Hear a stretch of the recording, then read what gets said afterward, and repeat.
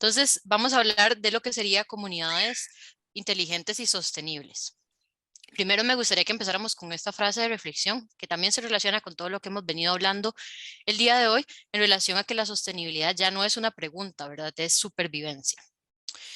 Primero vamos a hablar de conceptos básicos. ¿Qué es una comunidad? Muchas veces decimos, bueno, esta comunidad va a trabajar en tal cosa o va a hacer tal otra cosa, pero realmente, ¿cuál es la base de una comunidad? La base de la comunidad es que es una agrupación de seres humanos, también pueden ser otros seres vivos, pero ahorita vamos a enfocarnos en lo que son los seres humanos que tienen un territorio con determinados y tienen determinadas necesidades, ¿verdad? De agua, de recursos, de recolección de residuos y demás, así como características que comparten, ya sea el lugar donde viven, aunque no necesariamente está limitado geográficamente, o sea, no necesariamente tiene que ser de la misma zona, pero sí comparten ciertas ideales, por ejemplo, la comunidad de los trabajadores de la salud. Entonces, eso es un poco lo que es una comunidad. Y hay una relación muy estrecha entre la gente y el espacio, ¿verdad? O el área o lo que los une, y también entre las personas. Entonces, existen como algunos elementos en los que se basa una comunidad, que es la co-creación de un espacio, ya sea físico, psicológico o virtual, el sentimiento de vocalización de un nosotros, es decir, que existimos, ¿verdad? Que somos parte de este espacio y que somos parte y estamos con los otros, ¿verdad? Y estamos trabajando para mejorar las condiciones de esa comunidad. Las relaciones sociales estrechas y la integración constantemente, ¿verdad? Ese poder reunirnos, poder encontrarnos es muy importante. Y también lo que sería la gestión de proyectos y las soluciones de problemáticas, porque en la comunidad también se van a encontrar problemáticas que están asociadas a todo eso que se comparte, ¿verdad? Por ejemplo, una problemática puede ser cómo se están desechando los residuos o cómo se está utilizando el agua o a veces pasa, ¿verdad? Que se menciona la parte de desechos tóxicos y demás que pueden ser o contaminar fuentes de agua. Y entonces es esa gestión de proyectos, por ejemplo, para embellecer la comunidad, para trabajar inclusive a nivel psicológico o en zonas virtuales, pues proyectos más de capacitaciones y demás. Entonces, aquí hay un término muy importante que es la infraestructura social y muchas veces nos dicen infraestructura social, la gente lo habla por ahí y es importante saber qué es.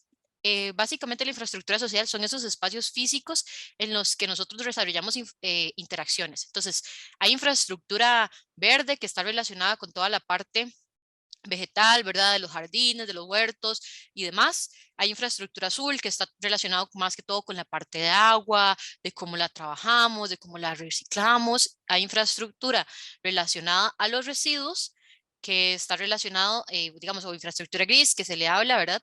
Y también la infraestructura social, que es lo que nos permite de alguna manera conectar con las otras personas y encontrarnos. Y entonces, actualmente en las sociedades modernas se genera o estas infraestructuras sociales en realidad están promoviendo la delincuencia, la vulnerabilidad climática y no están contribuyendo en muchas ocasiones a las redes sociales, ¿verdad? Y no las redes sociales como de las aplicaciones, sino más bien a las redes sociales reales, ¿verdad? Del día a día, de poder conocer al vecino, de poder saber qué es lo que está pasando con mi comunidad y de poder estar conectado para actuar en situaciones que se estén dando.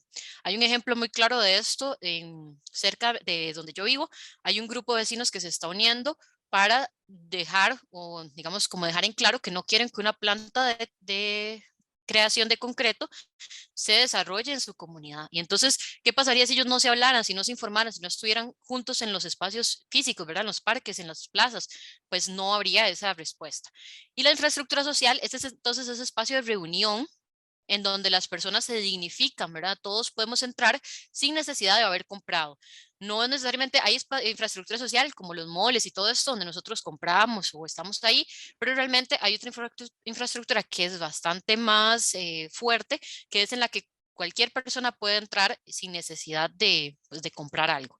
Y entonces ¿cómo es esa infraestructura social, verdad? Están integradas y se utiliza la visión de quienes viven ahí.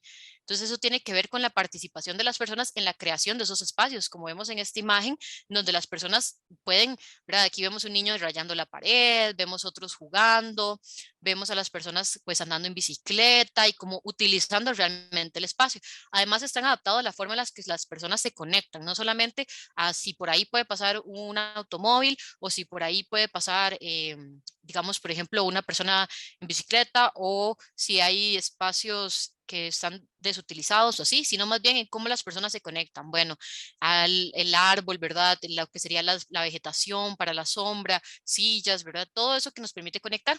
También son espacios diseñados para la flexibilidad. Aquí podemos ver que en realidad no es un espacio que tenga, estas sillas son móviles, ¿verdad? Y no es un espacio que tenga una gran cantidad de mobiliario, pero lo que sí tiene son las condiciones para que se desarrollen las actividades y podemos ver que aquí hay niños sembrando, ¿verdad? Aquí al otro lado hay niños utilizando la pared, aquí hay una reunión y aquí podemos ver una persona sola. Entonces, todo eso. También son abiertas, inclusivas y accesibles. ¿Qué quiere decir? No solamente a la parte de personas con discapacidad, sino también que puedan utilizarla todos los rangos de edad, o sea, los niños, los adultos mayores, y que pueda realmente ser disfrutado por todos. Y también existe una adaptación y resiliencia al cambio climático, es decir, las zonas verdes, ¿verdad? Lo que sería la utilización de los recursos, cómo utilizan el agua y demás. Entonces, aquí les voy a presentar un caso que espero les deje más claro lo que es la infraestructura social o el valor que tiene la infraestructura social para las crisis en las comunidades. Entonces, el caso es la ola de calor de Chicago. Esa se dio en julio de 1995. La mañana hablábamos en la charla, ¿verdad? Que era la primera sobre acción climática. Hablábamos de cómo las olas de calor se están dando alrededor del mundo y que en Inglaterra se está presentando una. Bueno, esto fue en 1995. Imagínense que yo ni siquiera había nacido. Y sucedió en julio. Ellos tuvieron 5 días de calor extremo con temperaturas que variaban de 33 a 40 grados y con un pico de 48.3. En esos 5 días hubo un total de 739 decesos, digamos, o fallecidos atribuidos a esa ola de calor. Y entonces la ciudad, bueno, los sistemas de salud estaban abarrotados, las personas que estaban encargadas de la parte de gobernar no estaban porque como era julio todo el mundo andaba de vacaciones y fue pues un desastre bastante fuerte para esta ciudad. Y aquí empezó Eric Klinenberg, que es un sociólogo, empezó a estudiar lo que sería el sistema que se había dado, ¿verdad? Entonces él tiene este libro, por si les interesa profundizar más en todo lo que pasó a nivel de salud, todo lo que pasó a nivel de la comunidad, se llama Heatwave, que es ola de calor, y él le puso así, ¿verdad? Una autopsia social del desastre de Chicago. Y lo que él empezó a estudiar fue, bueno, pero vamos a ver por qué cuáles fueron las comunidades que tuvieron más muertes. Y él esperaba que las comunidades que tuvieran más muertes fueran las que tenían pues mayor cantidad de delincuencia, ¿verdad? Consideradas vulnerables o que han sido vulnerabilizadas durante mucho tiempo. Y entonces él hizo este mapa, o él explica, ¿verdad? Que empezaron a mapear dónde se habían existido las principales cantidades de muertes y en relación, ¿verdad? A cada uno de los lugares de Chicago, porque es que fue una gran cantidad de personas en muy pocos días. Y se dieron cuenta, bueno, aquí pongo dos casos de estudio, por ejemplo, el Chicago Loop, que es el distrito financiero, que es la sede de gobierno, donde podemos encontrar tiendas, teatros, el Grand Park, el Instituto de Artes de Chicago, ¿verdad? Y que es considerado como muy robusto en su infraestructura física, en la calidad, ¿verdad? De los espacios, en teoría. Y luego se empezó a estudiar un lugar que se llama Von Gresham, que era como un barrio, por así decirlo, y contaba con una alta, en esa época, ¿verdad? Criminalidad, índice de criminalidad, pobreza, y era considerada una comunidad muy vulnerable. Y adivinen qué pasó. Muchos creían que, ¿verdad? Cuando yo leí el libro, yo dije, bueno, o conocí más del libro, yo dije, bueno, Chicago Loop, ese fue el que tuvo una mejor capacidad de recepción.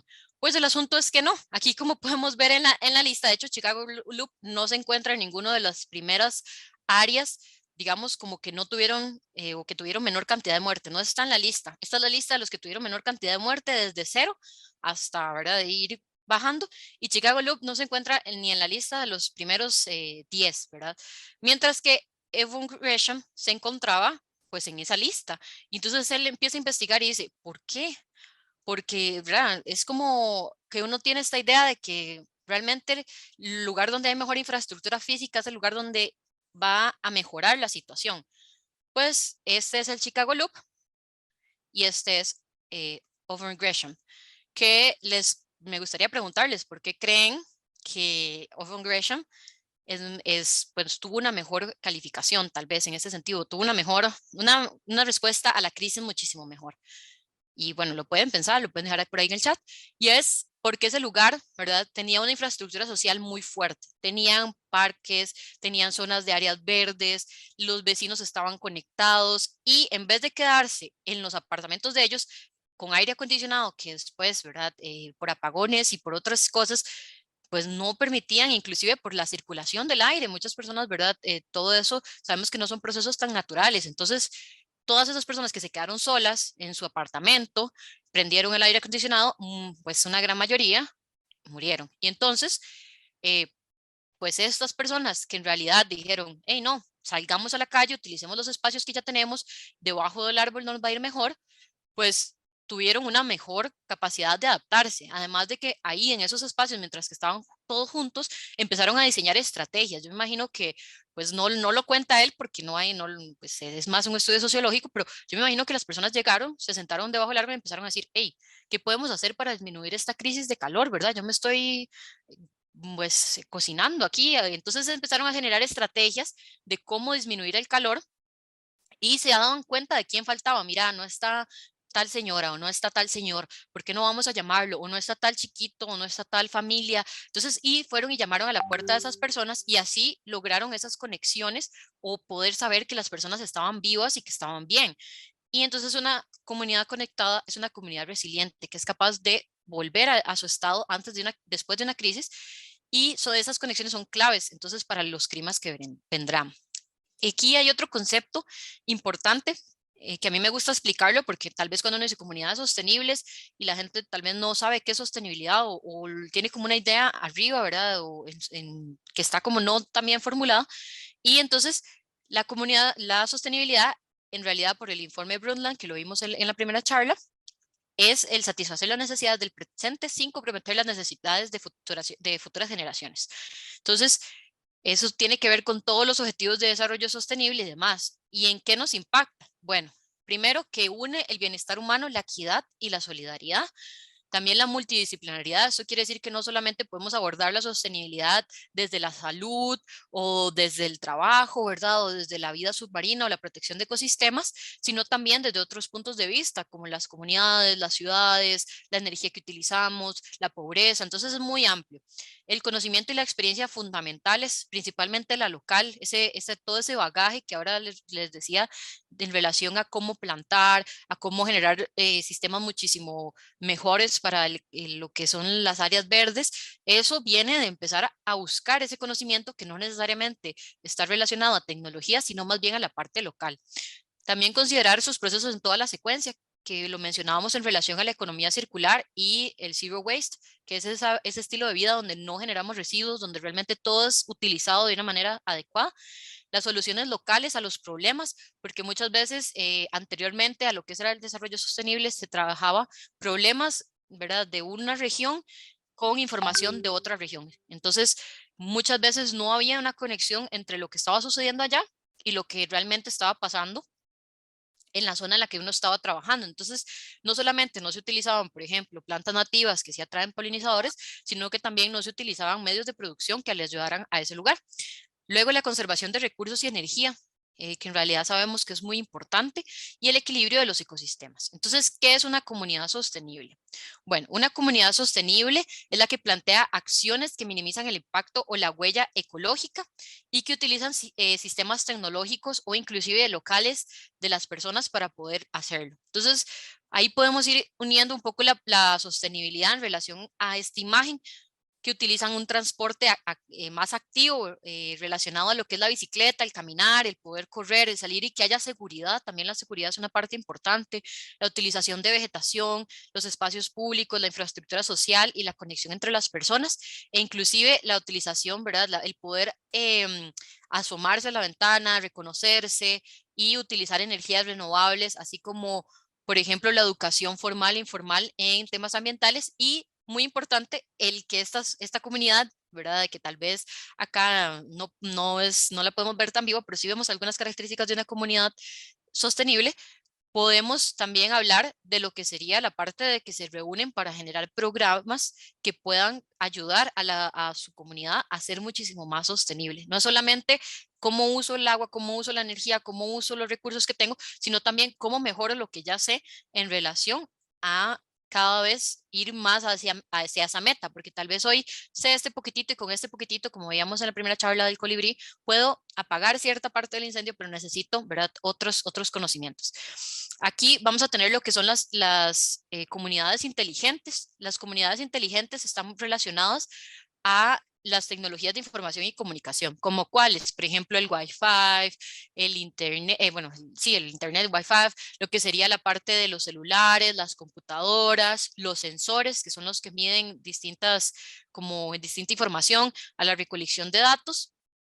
Y esto permite que las personas interactúen con la información, que participen en actividades comunitarias y que tengan el monitoreo de distintos factores. Entonces, por ejemplo, también está relacionado a el tratamiento de los residuos. Hay sensores que se instalan en las ciudades y que pueden medir la calidad del aire. Nos pueden decir, bueno, este aire no está en una calidad respirable, no está en una calidad buena. Entonces, podemos mejorarla. Hay sensores relacionados, por ejemplo, a la seguridad. Hay otros que están relacionados a los carros autónomos, que son los que se mueven sin necesidad de que nadie los maneje y que son de tipo eléctrico. Otros que miden, por ejemplo, cuánta emisión de CO2 se está generando o el agua, digamos, cuánto se está gastando en agua y demás. Inclusive todos los procesos de aplicaciones que permiten a las personas participar de proyectos como, bueno, saber que hay una feria verde. Hay iniciativas aquí en Costa Rica como la GAM Cultural, que uno pues se mete, es una aplicación, también es una página, y uno puede ver, por ejemplo, cuándo va a haber una exhibición del teatro en tal cosa, ¿verdad? ¿Qué tema? Uno puede ir viendo ahí como las actividades culturales, las actividades artísticas, las actividades de ferias, y todo eso es estar conectado. Pero también uno puede generar información. Por ejemplo, hace un tiempo Ciudad Dulce de Curridabat sacó Yo Alcalde, no sé si la recuerdan, pero era una aplicación donde las personas hacían reportes, como bueno, se me fue el agua, o aquí, ¿verdad? Hay un grupo de personas que se les fue la luz, o realmente necesitamos apoyo de la policía en tal zona. Entonces los reportes son muchísimo más sencillos. Y todo eso va uniéndose en lo que sería un grupo de información o una información base que utilizamos también para otro tipo de situaciones. Entonces es una comunidad como que utiliza la tecnología para beneficiarse.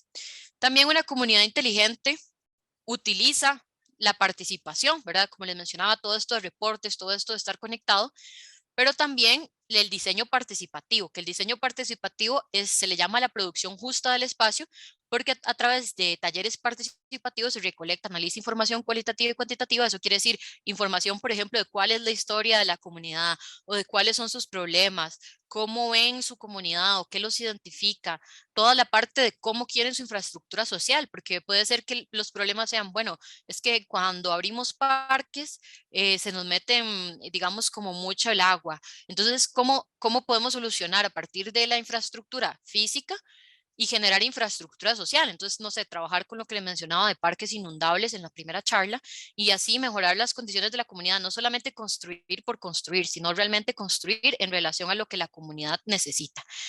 Aquí en Curridabat se ha utilizado en Ciudad Dulce, pero yo les traje un ejemplo de México, que es de parques, para que entendamos un poco cómo los espacios se diseñan para la gente. En Parques de México promovemos que los parques urbanos deban de diseñarse de acuerdo a las necesidades de las comunidades. Estamos convencidos de que esto puede ayudar a la apropiación del espacio público y al éxito y permanencia del mismo. Pero ¿cómo saber cuáles son estas necesidades y aspiraciones? A través de técnicas de diseño participativo, Parques de México ha aplicado su metodología Construyendo mi Parque, ayudando a decenas de ciudades en la creación de espacios públicos de vanguardia, todos ellos planeados y diseñados de la mano de la comunidad. Construyendo mi Parque consiste en la aplicación de encuestas presenciales y en línea, técnicas de conteo por observación, grupos focales y foros de participación ciudadana con la presencia de diversos grupos. Durante el proceso se trabaja con la comunidad a través de moderadores, arquitectos y voluntarios, que ayudan en las diversas actividades diseñadas especialmente para detectar los deseos y necesidades en el espacio que va a gestionarse. Entonces, esta es una iniciativa y ya de hecho se utiliza bastante en diversas zonas de Costa Rica.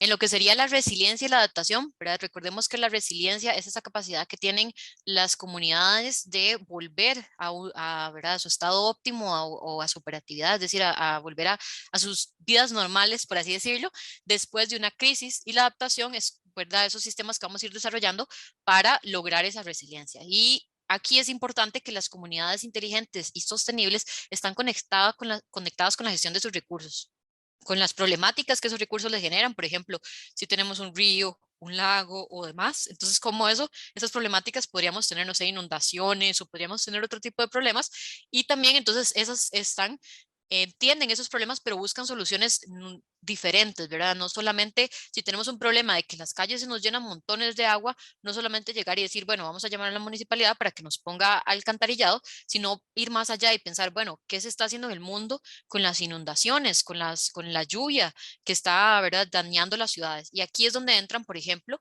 para este ejemplo muy específico que les di, algo que se está desarrollando en China, que son las comunidades y ciudades esponja. Vamos a ver un video bastante rápido en relación a lo que es una comunidad o una ciudad esponja.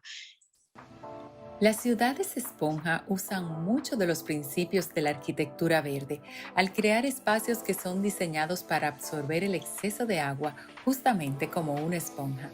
Usando elementos como pavimento y calles porosas, plantaciones de áreas verdes, techos y murallas cubiertos en plantas que retienen agua, gigantes áreas verdes llenas de vías pluviales, canales y lagunas, áreas que actúan como parques cuando están secos y como humedales cuando los ríos necesitan un poco más de espacio. El sistema acumula pasivamente el exceso de agua con su estructura de esponja, y cuando es combinado con una buena infraestructura gris para el sistema de drenaje, se crean ciudades que pueden soportar casi 4 veces más la cantidad de agua de lluvia que ciudades normales y reducir las inundaciones en un 50%. El agua que es absorbida también es pasivamente limpiada y puede ser recolectada y guardada para uso de la ciudad. Con esta infraestructura promovemos la biodiversidad, regulamos la temperatura, ayudamos a limpiar el aire de CO2 y mejoramos la salud mental y el bienestar de sus habitantes. ¿Qué te parece? ¿Vivirías en una ciudad esponja? Y así como esta, hay muchísimos otros ejemplos que se aplican, ¿verdad? A comunidades y que pueden ir como empezando a desarrollar lo que sería la resiliencia a partir de la infraestructura social y la infraestructura física. Vamos a hablar de la movilidad sostenible. Es un tema bastante importante en Costa Rica, y para eso vamos a recurrir a un término que se denomina como demanda inducida. La demanda inducida es un fenómeno que ocurre cuando hay mucha oferta. Entonces, por ejemplo, agarremos el ejemplo más básico, que podría ser que estamos en una tienda de helados y las personas dueñas de la tienda de helados dicen, bueno, vamos a poner el helado a 100 colones, ¿verdad? Cualquier cantidad de helado, todo el helado que usted quiera, a 100 colones. Y entonces la fila va a ser enorme. ¿Por qué? Porque todo el mundo va a querer ir a comer ese helado, ¿verdad? Y va a querer como adquirirlo. ¿Y qué es lo que sucede? Que va a haber una fila enorme porque muchísimas personas quieren comerlo. Y entonces lo que pasa es que la gente empieza a decir, bueno, necesitamos más personas que atiendan al grupo de personas que están haciendo fila, y entonces contrata a otra más persona y contrata a otra persona, pero cada vez es muchísimo más la carga, tanto económica como la carga de tener que estar contratando más personas, e inclusive no llega a disminuir el hecho de que las personas igual van a seguir comprando ese lado, van a seguir aumentando la fila y van a seguir llegando, porque de alguna manera no, si estamos utilizando esa oferta, ¿verdad? Si estamos haciendo una gran oferta, pues más y más se va a consumir. Y entonces, por ejemplo, les traigo una imagen de Los Ángeles. Estos son varios carriles, es una carretera, y pueden ver que cada una de esas, ¿verdad?, lucecitas que tal vez nosotros vemos no son farolas, no son viviendas, son carros, líneas de carros gigantescas en todos los carriles, ¿verdad? Y aquí, como uno haría en una presa para salirse de la presa, no se puede porque la presa está en todo lado. Y eso tiene que ver con que al aumentar la cantidad de carreteras disminuye el tiempo de conducción, ¿verdad? Y el costo de conducir, entre comillas, porque realmente no disminuye, porque igual tenemos todo el asunto del petróleo, pero estos dos elementos hacen que a las personas les guste conducir, ¿verdad? Y no sientan ese impacto que genera esa conducción. Y por ende, vamos a tener muchísimas más personas comprando carro, sacando el carro a la calle y haciendo esa cantidad de presas. Entonces, no hay carril que valga en ese sentido.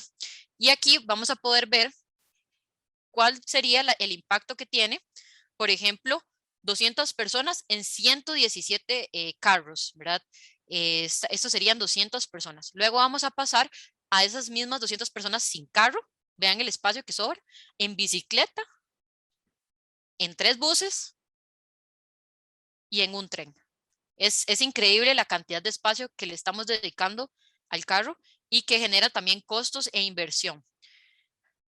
Es importante que esta es la pirámide de la movilidad y que se le llama movilidad activa o desplazamiento activo a todo lo que sea caminar, bicicletas, patineta y que genere una menor cantidad de espacio y al mismo tiempo ayude en 2 elementos. Primero, la salud y bienestar, que es muy importante en la charla de hoy, en relación al nivel de actividad física. Se sabe que en las ciudades donde se camina, donde hay bicicleta, donde la gente puede utilizar el transporte público porque es seguro, tiene un costo adecuado, hay estaciones que conectan a las personas y las personas inclusive llegan muchísimo más rápido a los lugares utilizando el transporte público. Y tal vez se preguntan, bueno, ¿qué ciudad es así? Un ejemplo de eso es Nueva York. La gente utiliza el metro de Nueva York, ¿verdad? Lo que conocemos como metro de Nueva York, y pues ahí andan por toda la ciudad caminando y los metros son bastante eficientes, tienen todo un sistema y casi que comprar un carro es muchísimo más caro y les genera más gasto que andar en el metro. Inclusive podemos ver hasta fotos de celebridades utilizando el metro porque realmente es un sistema muy eficiente y que les permite ir de un lugar a otro con mayor rapidez y que no tiene un costo tal vez tan alto. Y también implica que se van a estar moviendo más, ¿verdad? Van a caminar por la ciudad y eso va a limitar o disminuir lo que es el riesgo de mortalidad, así como el perfil metabólico lo va a mejorar y la condición física de las personas, disminuyendo también problemas asociados a lo que es la grasa corporal y a lo que sería toda esta parte pues de obesidad. Entonces es muy, muy importante porque entre más estemos cerca de los desplazamientos activos, más vamos a lograr una mejor salud y bienestar para las personas. Y ya luego en la parte de ciudades y comunidades sostenibles, vamos a tener que hay un mayor conocimiento del entorno, además de lo que es la sostenibilidad, ¿verdad? Porque sabemos que los gases de efecto invernadero son emitidos por los carros.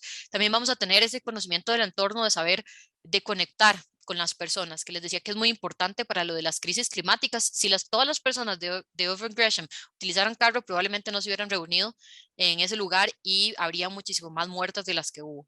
También la contaminación atmosférica disminuiría porque pues sabemos que esos gases que liberamos a la atmósfera son tóxicos y la contaminación acústica en las ciudades, que en realidad a veces es muy fuerte, muy molesto, pues eso también se disminuiría, así como un ahorro económico porque todo el gasto no estaría en ver cómo bajamos digamos, el precio del petróleo, sino en cómo mejoramos sistemas de transporte públicos a partir de electrificación y demás.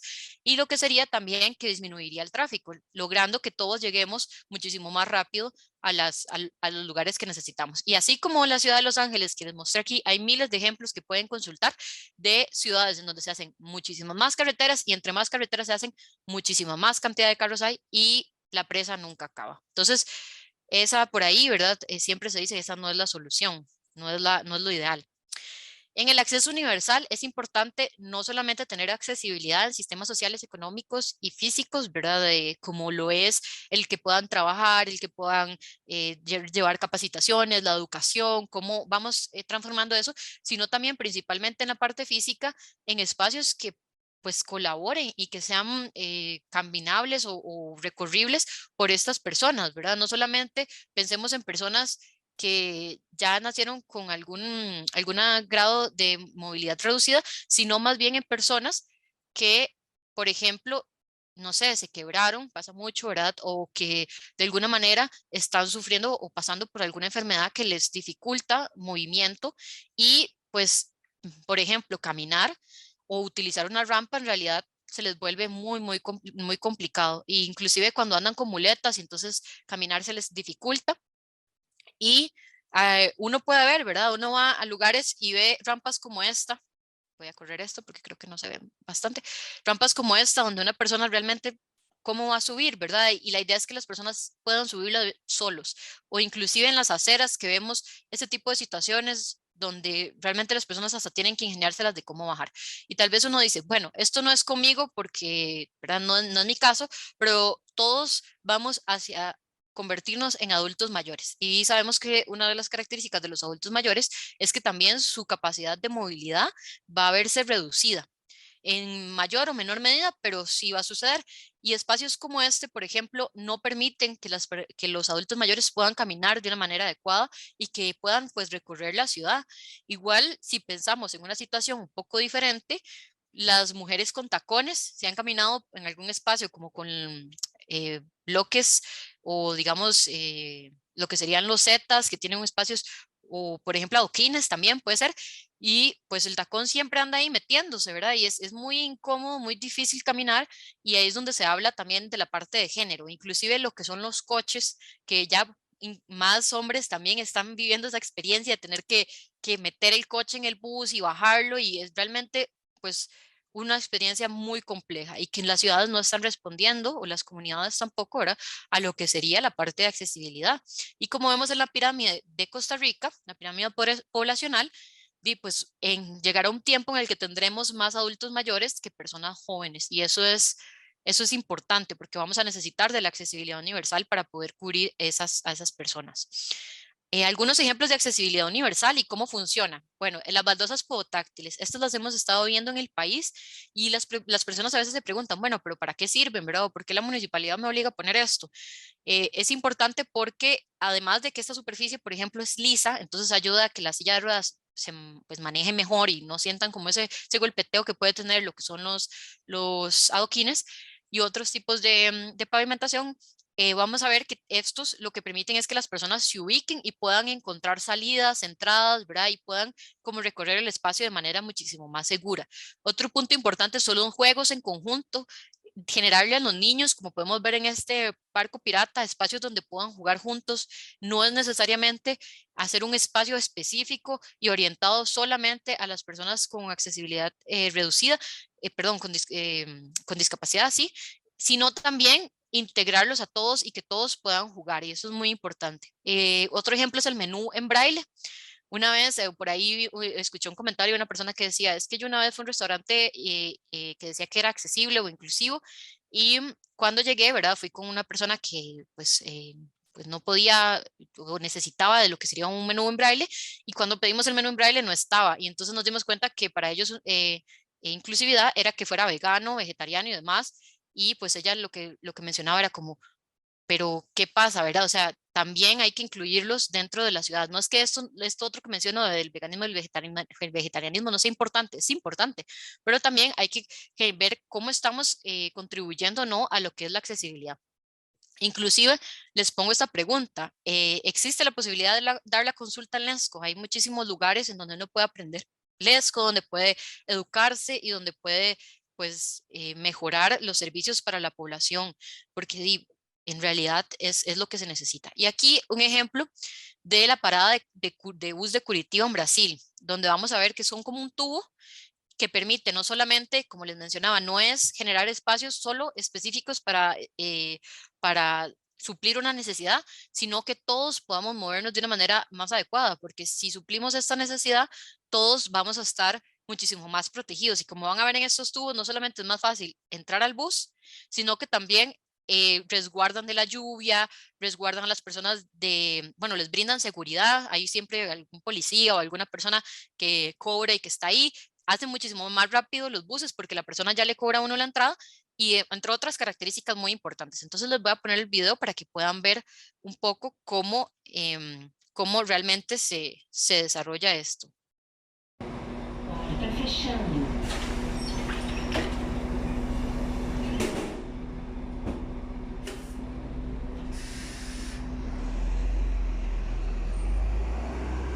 ¿Verdad? Y bueno, son estos tubos y tienen como todo un sistema que es muy importante también el uso inclusive de tecnología o de otros sistemas, y que pues ayudan en la ciudad. Otro ejemplo es el turismo accesible, que se le llama.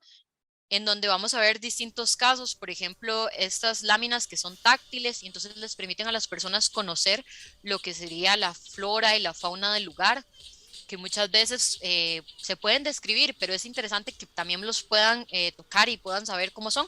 Y también otros elementos como por ejemplo este polvorín o este otro horno, que lo que hacen es como mostrarnos el patrimonio de ese lugar o lo que hay, de tal manera que las personas puedan tocarlo y puedan saber cómo es. Me imagínense, por ejemplo, que tuviéramos algo así para el Teatro Nacional y las personas pudieran tocar las esculturas, ¿verdad? No la escultura como tal, sino una réplica que les pueda ayudar a entender cómo es ese espacio. Entonces, es muy importante.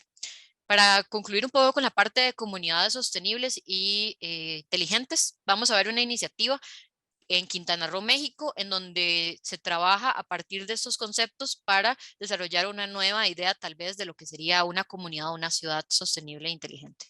Cancún, Quintana Roo, México, está arrancando ya otra iniciativa del arquitecto italiano Stefano Boeri. Se llama Smart Forest City. Esta ciudad será un gran bosque con tecnología digital, donde la mitad de la ciudad será zona plantada y la otra mitad será de construcciones y área urbana. Un gran ducto distribuirá el agua a la ciudad, que será traída del mar y desalinizada en la Gran Torre. Serán 130,000 hectáreas donde podrán vivir hasta 150,000 habitantes. Los coches eléctricos prácticamente pasarán por ti para llevarte a tu destino y contará con un sistema de energía eléctrica obtenida de paneles solares. Contará también con un centro de investigación, desarrollo e innovación de clase mundial. Entonces aquí podemos ver cómo se ha utilizado ciertas partes de los conceptos o la gran mayoría de lo que sería la parte de mantener la biodiversidad a la comunidad, de gestionar los recursos, de buscar nuevas formas de obtener agua, de ¿verdad? Protegerse de las olas de calor y demás. Entonces, son algunas iniciativas, por ahí lo pueden buscar, hay muchísimas más ciudades, yo les traje este pedacito de lo que Cancún. sería Quintana Roo. Y hay un punto importante aquí que es cómo la construcción o cómo la arquitectura puede aportar a toda esta gran visión de las comunidades sostenibles. Y es lo que vamos a dedicarnos en relación a la construcción sostenible. Primero, ¿cuál es el impacto del sector construcción, verdad, en la parte climática? Para esto necesitamos entender el ciclo de vida de los edificios. El ciclo de vida, como lo habíamos hablado, es este conjunto como de, bueno, lo que sería igual que el ciclo de vida de una persona, ¿verdad? Nacimiento, la vida, ¿verdad? La muerte y demás. Ese mismo ciclo se da en las plantas, se da en lo que sería la parte del agua, ¿verdad? Del CO2, y que ya vimos en la charla anterior, pero existe un ciclo de vida también para los edificios y para los productos. Vamos a empezar este ciclo de vida con lo que sería la obtención de materiales o productos, en donde se va a dar la extracción de las materias primas, el transporte de esas materias primas a lo que es la manufacturación de productos o materiales, ya sea los lugares o fábricas donde se producen. Luego está la parte de construcción, en donde, bueno, vamos a llegar y agarrar ese material. Entonces, para enfocarme un poco en esta parte y explicárselos con un producto muy específico, vamos a pensar en la madera. Entonces, tenemos el lugar de la extracción de la materia prima, que va a ser ya sea un lugar sostenible, ¿verdad? O con producción sostenible, como vimos, con, digamos, producción regenerativa, o va a ser un lugar que nada más talan ahí los árboles que encuentran en el bosque y demás. De ahí vamos a transportarlo a un lugar en donde se va a fabricar el producto, ya sea para cielos rasos, para puertas, para muebles, y después lo vamos a transportar de nuevo al sitio, que es el lugar en donde vamos a construir, y ahí vamos a iniciar el proceso de construcción. Después va a seguir lo que es el mantenimiento y el uso, que va a ser cuando ya está construido, cómo las personas van a utilizar ese espacio, ¿verdad? Que es ya cuando ustedes están instalados en el lugar en el que viven. Por ejemplo, sus viviendas, muchos tal vez de los que estamos ahorita aquí, estamos en un lugar en mantenimiento y uso, que es donde vivimos. El mantenimiento de ese lugar, lo que son las reparaciones que haya que hacerlos por goteras, por, ¿verdad? El sol y demás, el reemplazo del edificio. Muchas veces esto se aplica en ciudades, como por ejemplo si tenemos un edificio y digamos una casa y se demuele para crear un edificio, la remodelación, que ya eso implica, digamos, ver el no demoler ese edificio, sino más bien utilizar como la estructura de ese edificio y ir cambiando partes internas y demás, el uso de la energía, que el uso de la energía es muy importante en relación a cuánto consumimos la luz, ¿verdad? Los aparatos eléctricos, la luz piloto que le llaman, que a veces las dejamos prendidas, entonces todo eso. Y el uso del agua, que tiene que ver también con el agua potable, el agua de lluvia, ¿verdad? Si la aprovechamos, si hacemos cosecha de agua, que es ese agua de lluvia, mantenerla y utilizarla para otras cosas. Y también el agua gris, ¿verdad? O las aguas grises y negras, que son pues las de fregaderos, las de lavamanos y también las de los servicios sanitarios. Luego va a tener un fin de vida útil en donde se va a demoler el edificio, se va a dar un transporte de esos residuos. En algunos casos, dependiendo de qué sean esos residuos, se van a reciclar y en otros van a terminar en botaderos. Es importante, puse este asterisco porque el reciclaje de los materiales en realidad es bastante poco. Y más allá del ciclo de vida, vamos a tener una reutilización o recuperación de algunos de esos materiales o inclusive lo que sería volver a utilizar, por ejemplo, materiales que son reciclados como el acero reciclado. Y entonces vamos a tener que en estas etapas se van a desarrollar lo que sería emisiones de carbono y también vamos a ver que hay dos términos acá y que son importantes. Tal vez es un poco técnico, pero la energía incorporada es la que se relaciona con materiales, con el proceso de construcción, ¿verdad? Con lo que está como físicamente ahí. Y la energía operacional o el consumo operacional, operativo también se le puede decir, es el que se relaciona al uso de la energía y el agua. Entonces, más bien cómo estamos, cuánta agua estamos gastando, qué cantidad de luces tenemos prendidas. Si tenemos, por ejemplo, luminarias son como pues que sean muchísimo más eficientes, luminaria es lo que uno le dice lámpara, digamos, o bombillos muchísimo más eficientes y demás. Eso va a ayudarnos. Entonces, tenemos que a este ciclo, cuando ustedes inician un proceso de construcción, ¿verdad? Tienen un terreno que quieren empezar a construir, va a entrar materiales, energía, agua y una inversión financiera, que es lo que ustedes están realizando, ¿verdad? Muchas veces tenemos que sacar dinero y en general de ciertos bancos y demás. Y lo que sería ya lo que sale de ese proceso, salen residuos, que son los que conocemos también como escombro, el ruido que se genera, porque si han estado en una construcción hay bastante ruido y también, bueno, dependiendo de cómo se construya, puede ser que aumentemos la cantidad de ruido o que más bien lo disminuyamos a lo interno y lo externo del edificio o de la casa, ¿verdad? De los espacios. El retorno de inversión, que esa es qué tanto de lo que yo gasté ahí me está ayudando. Y aquí les voy a dar un ejemplo. Si utilizáramos el agua o la electricidad, no sé, agarremos la electricidad, que aquí en Costa Rica es como mejor. Si utilizamos electricidad y con paneles solares que están en nuestra propia casa o en nuestro propio edificio, entonces vamos a tener una disminución de ese costo de electricidad y entonces eso va a ser un retorno de inversión. Eso lo vamos a poder utilizar en comida, en un viaje, ¿verdad? En lo que queramos, pero no se va a utilizar en tener que pagar luz. Igual si utilizamos sistemas como por ejemplo estos servicios sanitarios que pues no utilizan una gran cantidad de agua y entonces eso pues de alguna manera va a hacer un retorno de inversión. Al final, cuando el edificio esté en operación, que es en uso, cuando lo estemos utilizando, lo estemos disfrutando, la casa también podría ser, pues no va a ser un gasto constante. Inclusive, veámoslo desde el punto de vista de goteras. Si tenemos un buen diseño de techo, un buen diseño, ¿verdad? Con aleros y demás, que puedan captar toda esa cantidad de lluvia, no vamos a tener tanto problema de goteras y además de que no va a ser va a ser un retorno de inversión emocional, porque a veces eso es muy estresante, también va a ser un retorno de inversión económica. Y luego también van a salir las emisiones al aire, el agua y el suelo, que ojalá no fueran contaminantes. Y vamos a tener entonces una estadística general de lo que sería el impacto de la construcción. Tiene un 35% del consumo mundial de energía, un 40% de consumo de los recursos mundiales, un 5% del agua utilizada, que parece poco, pero realmente es bastante comparada a otros ámbitos de la vida cotidiana, y más o menos 50% de las emisiones de gases de efecto invernadero. Entonces, hay un grupo de, digamos, como de arquitectos que se han unido para definir un espacio llamado Arquitectura 2030, que es cómo podemos los arquitectos llegar a disminuir las emisiones de gases. Entonces, vamos a tener que ellos realizaron varios estudios en los que primero tenemos que son las emisiones anuales de CO2 del mundo. Y vamos a ver que está la industria, está el transporte y hay otros, pero principalmente vamos a ver que está muy relacionado a los procesos operativos, es decir, a cómo usamos el agua y la energía en los edificios, lo que es la construcción y los materiales. Eso quiere decir qué materiales estamos utilizando para construir, qué beneficios tienen, o si más bien estamos contaminando muchísimo más. Y otros sectores de la construcción, principalmente relacionados a residuos. Así también vamos a tener lo que sería las emisiones anuales mundiales en relación al tipo de material, o sea, de estos dos que están acá abajo, en donde vamos a tener lo que es el concreto, el acero y el aluminio, en donde el concreto, que ahorita vamos a ver que en Costa Rica es uno de los más utilizados, tiene un 11%, o sea, es culpable del 11% de las emisiones de CO2. Entonces tiene una huella ecológica que vimos que es esa capacidad, digamos, como o impacto que se genera en el ambiente, en la capacidad de tener esos recursos muchísimo mayor.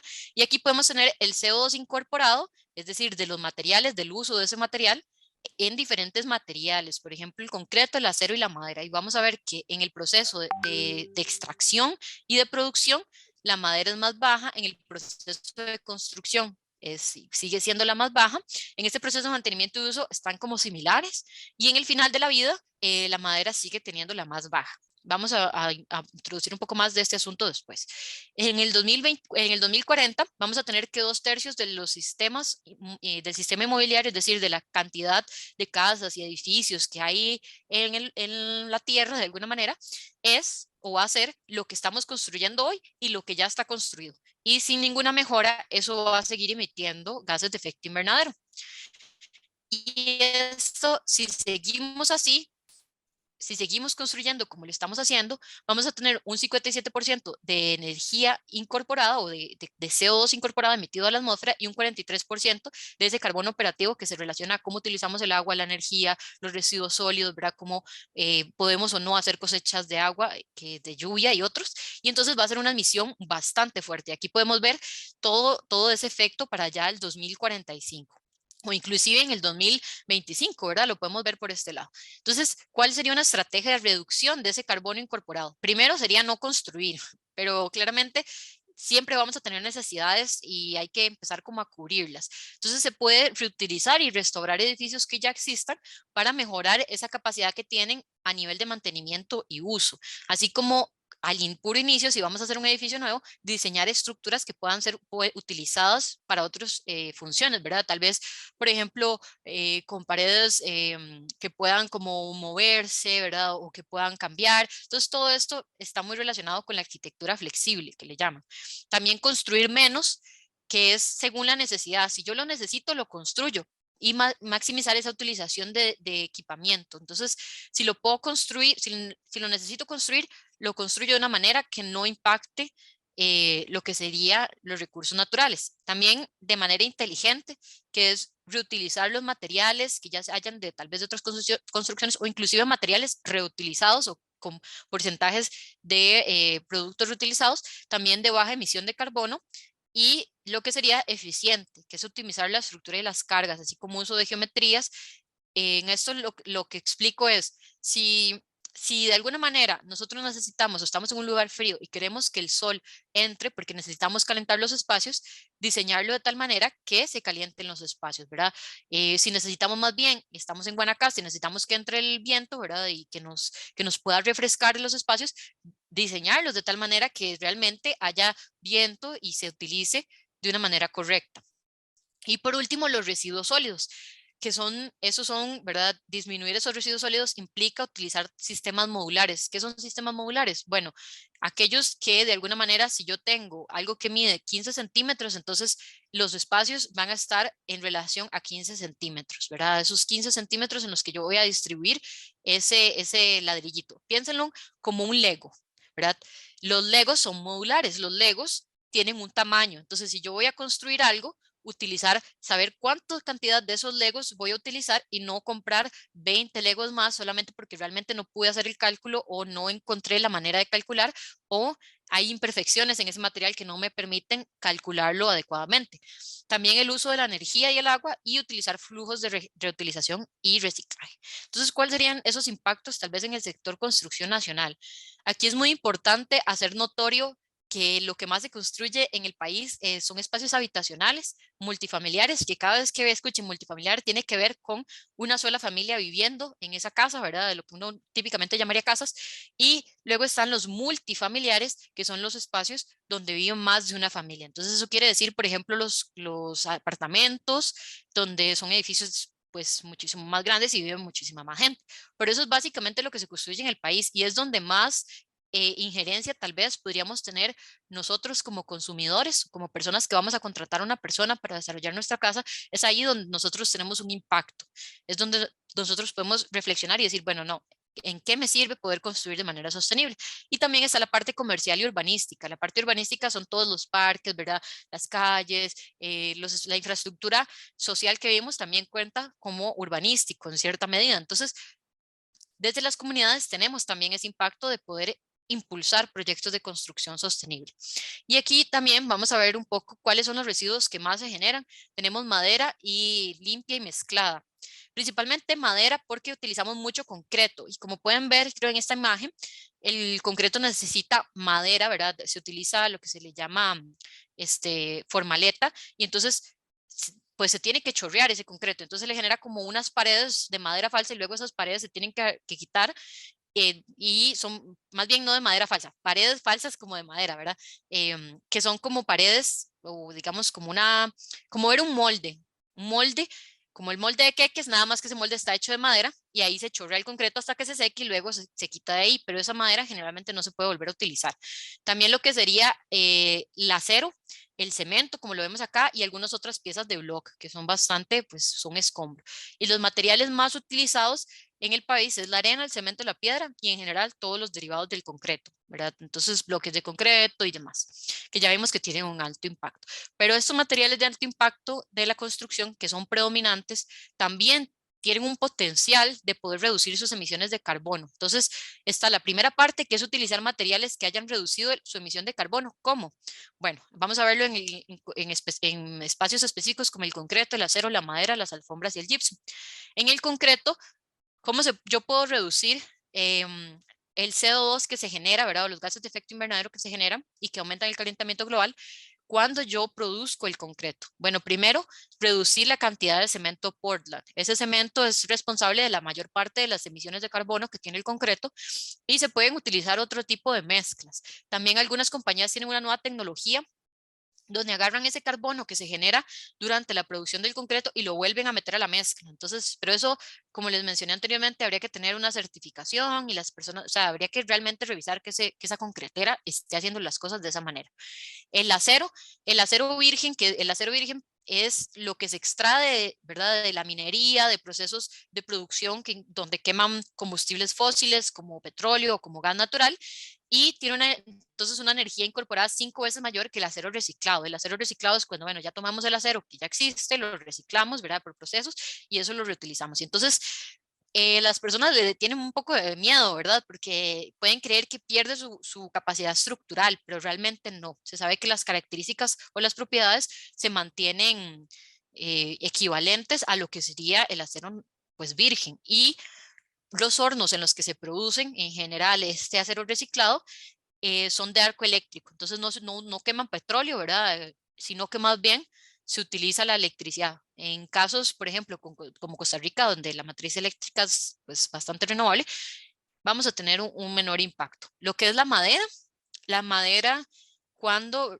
como vimos en la charla número 2, ¿verdad? De jardines funcionales, los árboles atrapan el CO2, ¿verdad? Atrapan lo que es, digamos, lo que está aumentando las temperaturas y demás, ¿verdad? Y los gases de efecto invernadero. Los atrapan el CO2 y cuando mueren lo liberan, o sea, cuando mueren lo sueltan, ¿verdad? Lo sueltan otra vez, o sea, todo eso que ellos atraparon lo vuelven a soltar. Entonces, por eso la deforestación impacta mucho en lo que serían las emisiones de carbono y el cambio climático, porque estamos soltando muchísimo más CO2 y no hay ningún árbol que lo atrape. Hay algunas maderas que son recuperadas o de bosques climáticamente inteligentes. Estos bosques climáticamente inteligentes lo que hacen es sembrar otro árbol que de alguna manera pues adquiere o toma el CO2 del árbol que ya murió. Y hay otras técnicas también de uso de agua y demás, pero es buscar que esa madera ojalá venga de fuentes recuperadas o de bosques climáticamente inteligentes. Las alfombras, bueno, las alfombras se hacen con fibra de nylon y esto, la fibra de nylon viene del petróleo porque es sintética, ¿verdad? Y se utiliza una gran cantidad de energía, ¿verdad? En su producción. Igual las fibras naturales como la lana también pueden tener impactos por el procesamiento que se les da a esa producción, ¿verdad? Ese paso por la fábrica que uno llamaría hace una gran cantidad de energía. Y hay algunas alfombras que son carbono neutras, que igual, como les mencionaba, no caen en el greenwashing, no llegaría a decir, bueno, es porque tienes, dice que es verde, lo es. Pero sí, también hay otras que son teñidas con plantas u otros, que lo vimos anteriormente, y que es una mejor forma de utilizar esas alfombras. El gypsum, algunos fabricantes ya están reduciendo como la cantidad de energía, agua y demás y emisiones que se realizan de la utilización del gypsum, y eso hace que el producto sea más liviano y a la hora de transportarse pues disminuye también. Entonces son algunos ejemplos, pero también hay otros materiales que se llaman materiales inteligentes, que son bajos en carbono ya por sí mismos, o sea, no es que hay que hacer un proceso de cambio, sino que ya por sí mismos ellos son más bajos en carbono y también capturan el CO2, ¿verdad? Como el bambú, el cáñamo, la lana, la tierra y la paca de paja. Y tal vez algunos sean nuevos para ustedes o tal vez no, ¿verdad? Como por ejemplo la tierra o el cáñamo, la paca de paja también no es tan conocida, pero vamos a hablar un poco de esas propiedades. El bambú tiene una alta resistencia a la tracción, eso quiere decir que se comporta como el acero, le dicen el acero de la naturaleza, y que se puede utilizar también para lo que es la parte estructural. Es elástico, tiene un crecimiento muy rápido, entonces realmente si vienen de bosques gestionados de forma sostenible, pues se puede hacer una producción bastante grande y es resistente al fuego. El cáñamo son productos que atrapan el carbono y lo almacenan. Entonces, en general también son biodegradables y entonces cuando tal vez el edificio ya no se está utilizando, la casa ya no se está utilizando, pues se biodegrada. Son aislantes térmicos y acústicos. ¿Qué es aislante? Bueno, que no va a permitir que de alguna manera la parte térmica es que si necesitamos que el ambiente sea muchísimo más frío o más caliente, esto nos va a ayudar a aislar lo que es la parte exterior, o sea, que ese calor o ese frío que está en la parte externa sea muchísimo mejor la temperatura que estamos teniendo en relación a si está frío o caliente en la parte interna de la vivienda, ¿verdad? Entonces, si estamos en una nevada y hace muchísimo frío, va a mantener más el calor, y si estamos en un momento, por ejemplo, en Guanacaste, que es muy, muy caliente, ¿verdad? O las temperaturas son muy altas, pues nos va a ayudar a que haya un frescor, porque entonces ese calor no va como a entrar de alguna manera, ¿verdad? También absorben la humedad. Bueno, la parte acústica es la parte de ruidos, ¿verdad? Los ruidos de afuera, así como los ruidos de adentro, que a veces escuchamos las peleas de los vecinos, o que a veces, pues, ruidos de los carros o demás, eso también nos va a ayudar a aislar de eso. Absorben la humedad. Aquí en climas tropicales la humedad es terrible. Muchas veces las personas preguntan, ¿cómo puedo hacer con un moho en una pared? Además de otras técnicas como levantar la vivienda, ¿verdad? En pilotes y demás, también este tipo de materiales van a absorber esa humedad y permiten que las viviendas transpiren, o sea, que el viento pase. Entonces el cáñamo ya de hecho se está empezando pues un poco en Costa Rica. Lo que es la lana, que disminuye la humedad, aumenta la calidad del aire interior porque absorbe productos químicos, ¿verdad? Y absorbe lo que serían todos esos gases tóxicos o nocivos, ¿verdad? Que uno llama, que están en el ambiente, y además es muy resistente al fuego. Como es una queratina, no permite el crecimiento de moho. Entonces, todo esto pues nos va a ir ayudando a tener pues construcciones más sostenibles. También la tierra se generan, por ejemplo, bloques de tierra comprimida o inclusive lo que sería el recubrimiento con suelo arcilloso, y que generan cero residuos porque se está utilizando la misma tierra. Inclusive hay construcciones que la misma tierra del lugar donde uno está la podemos utilizar y se da una reducción de emisiones. En cualquiera de sus dos formas, ya sea como bloque o como recubrimiento, es muchísimo menor el impacto que va a tener en el ambiente. Y las pacas de paja, que son estas que podemos encontrar acá, que se están utilizando como aislantes. A veces utilizamos aislantes como el pilantes, ¿verdad? O cosas así, que en realidad no van a darnos como mayor cantidad de aislamiento de edificios. y son muchas veces utilizados con prácticas agrícolas regenerativas. Entonces vamos a tener lo que son las construcciones sostenibles. ¿Cómo podemos lograrlas? Primero, la gestión del ciclo de vida, tanto de los edificios como de los materiales. Entonces esa parte de entender de dónde estamos sacando el material, cómo lo estamos utilizando y dónde va a terminar ese material es muy importante. Lo que sería el uso eficiente y racional de la energía, así como la utilización de recursos reciclables y renovables y una mayor eficiencia de las técnicas de construcción. Unos cambios en los hábitos en relación a cómo utilizamos el edificio, también en cómo construimos y una mayor calidad de las relaciones de las edificaciones, así como una conservación y ahorro de la utilización del agua y en general la creación de un ambiente muchísimo más sano y menos tóxico, donde vamos a tener otros elementos importantes como el sitio de los recursos naturales, el cuidar los movimientos de tierra, porque podemos destruir hábitats o inclusive flora y plantas, ¿verdad? Y fauna nativa del lugar, importante, lo que es la iluminación, la ventilación y condiciones propias de lo que es la accesibilidad y los jardines y áreas verdes. Entonces, algunas herramientas de medición, no me voy a extender mucho en esto, pero existen certificaciones que nos permiten determinar, así como existe el sello carbono neutral para proyectos o empresas en este país, también existen certificaciones que nos dicen, bueno, este edificio es sostenible, como por ejemplo el LEED, el EDGE, el RESET, que se conoce como requisitos para edificios sostenibles en el trópico, y el CITES. Algunos conceptos relacionados, la arquitectura vernacular se basa en la construcción tradicional. Entonces, por ejemplo, vamos a ver lo que es el iglú. Las personas utilizan, ¿verdad? O anteriormente, desde sus comunidades, utilizaban conocimientos y técnicas propios del lugar. Entonces, por ejemplo, aquí en el iglú podemos ver que había un desnivel para cortar la entrada del viento, había un espacio, ¿verdad?, para acumular la nieve y entonces así aislarlo del frío que está afuera. Habían cámaras de aire también para lo que sería la parte de aislamiento y las aperturas de luz para que el calor entrara, ¿verdad? Y aquí en Costa Rica también tenemos las técnicas de bareque y adobe, por si se preguntaban de dónde venía el utilizar lo que sería la tierra y también pues las cañas. Aquí también es importante lo que es la arquitectura bioclimática. Eso toma en cuenta el clima local y utiliza, digamos, la vegetación, la lluvia, el viento, el sol para dar soluciones. Entonces, la ventilación cruzada permite que los ambientes sean muchísimo más frescos. Por ejemplo, es muy importante para evitar también el crecimiento de moho y otro tipo de situaciones que a veces tenemos en nuestras casas.